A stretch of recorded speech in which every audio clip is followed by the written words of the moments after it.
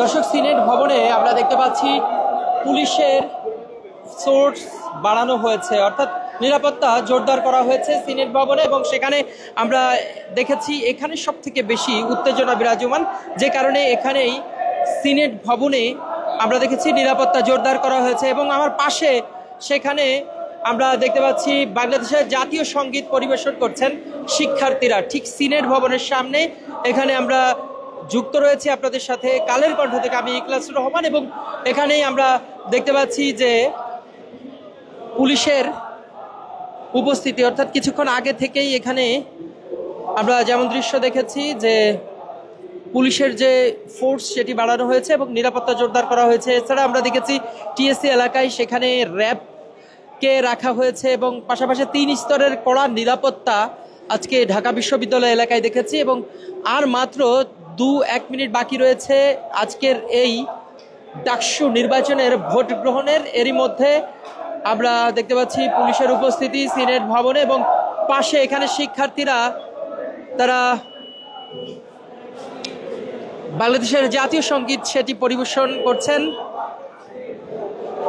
ঠিক এই জায়গাটিতে পুলিশের নিরাপত্তা জোরদার করা হয়েছে। কিছুক্ষণ আগেও আমরা দেখেছি পুলিশের সংখ্যা বাড়ানো হয়েছে এবং ভোট গ্রহণ শেষ হয়েছে। ঠিক এই মুহূর্তে আর 1 মিনিট বাকি রয়েছে, 1 মিনিট পরেই আসলে আজকের ভোট গ্রহণ শেষ হবে।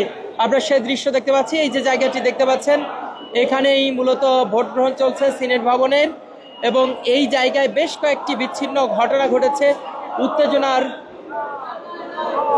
যে দৃশ্য আমরা সেটিও দেখেছি। ছাত্রদল এবং ছাত্র শিবিরের দুজনকেই প্রতিপক্ষ তারা তাদের বিরুদ্ধে অভিযোগ তুলেছেন। ভোট গ্রহণ শেষ হলো, ইতিমধ্যে আমরা শিক্ষার্থীদের যে উল্লাস সেটি দেখতে পাচ্ছি। আজকে ডাকসু নির্বাচনের ভোট গ্রহণ শেষ। কে হচ্ছেন বিজয়, কার মাথায় উঠছে মুকুট, সেটি জানবার অপেক্ষায়। আমরা দেখতে পাচ্ছি শিক্ষার্থীদের উল্লাস, বাদভাঙ্গা উল্লাস, অর্থাৎ এই মুহূর্তে ভোট গ্রহণ শেষ হলো এবং সেখানেই শিক্ষার্থীদের স্লোগান।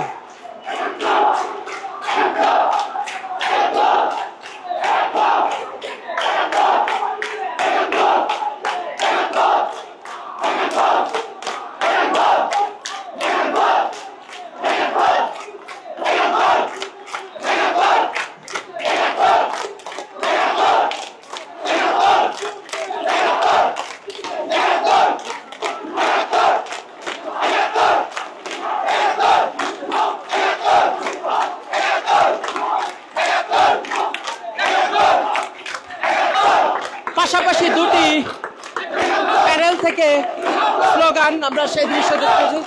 ডানে এক পক্ষ স্লোগান দিচ্ছেন, বামে আর এক পক্ষ, অর্থাৎ দুই দলের সমর্থক, দুই প্যানেলের সমর্থকেরা দুই পাশ থেকে স্লোগান দিচ্ছে। এবং এই জায়গায় পিছনে আমরা দেখেছি নিরাপত্তা জোরদার করা হয়েছে।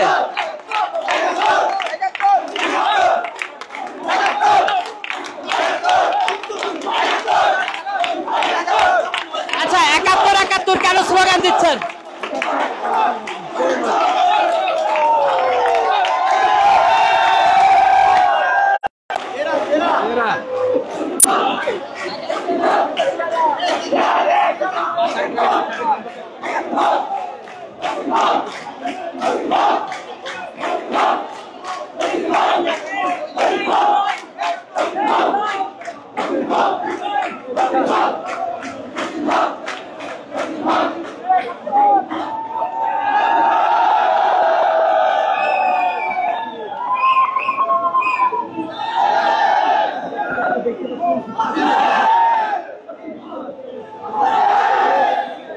সিনেট ভবনে আমরা দেখতে পাচ্ছি শিক্ষার্থীদের উল্লাস।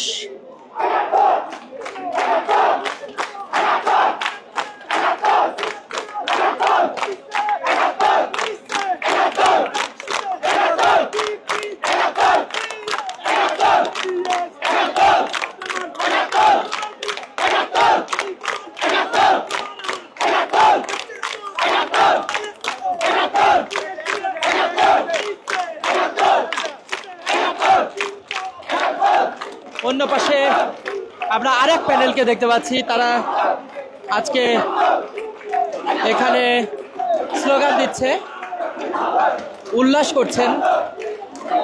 কিছুক্ষণ আগেই শেষ হলো ডাকসু নির্বাচনের ভোট গ্রহণ।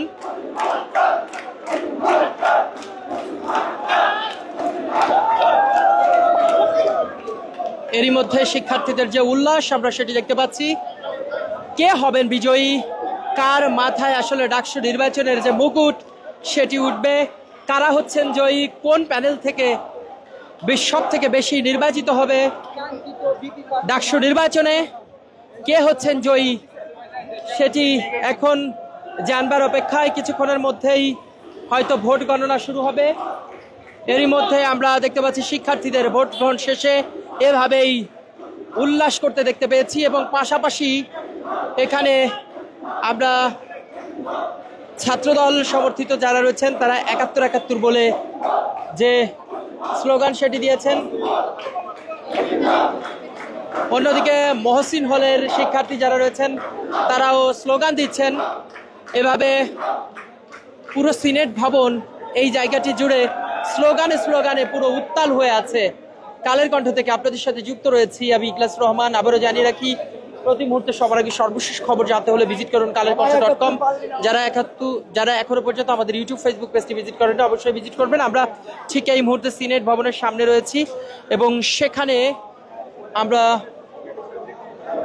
যেমন দৃশ্য দেখেছি যে ভোট গ্রহণ শেষে এভাবেই উল্লাস করছেন।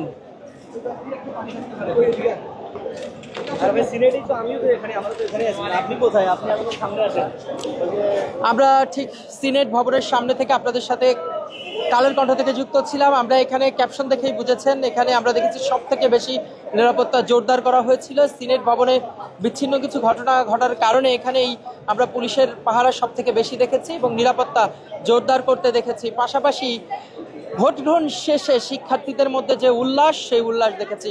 দর্শক, কালের কণ্ঠ থেকে এতক্ষণ আপনাদের সাথে যুক্ত ছিলাম আমি ইখলাসুর রহমান। আমাদের সঙ্গে থাকার জন্য সবাইকে ধন্যবাদ।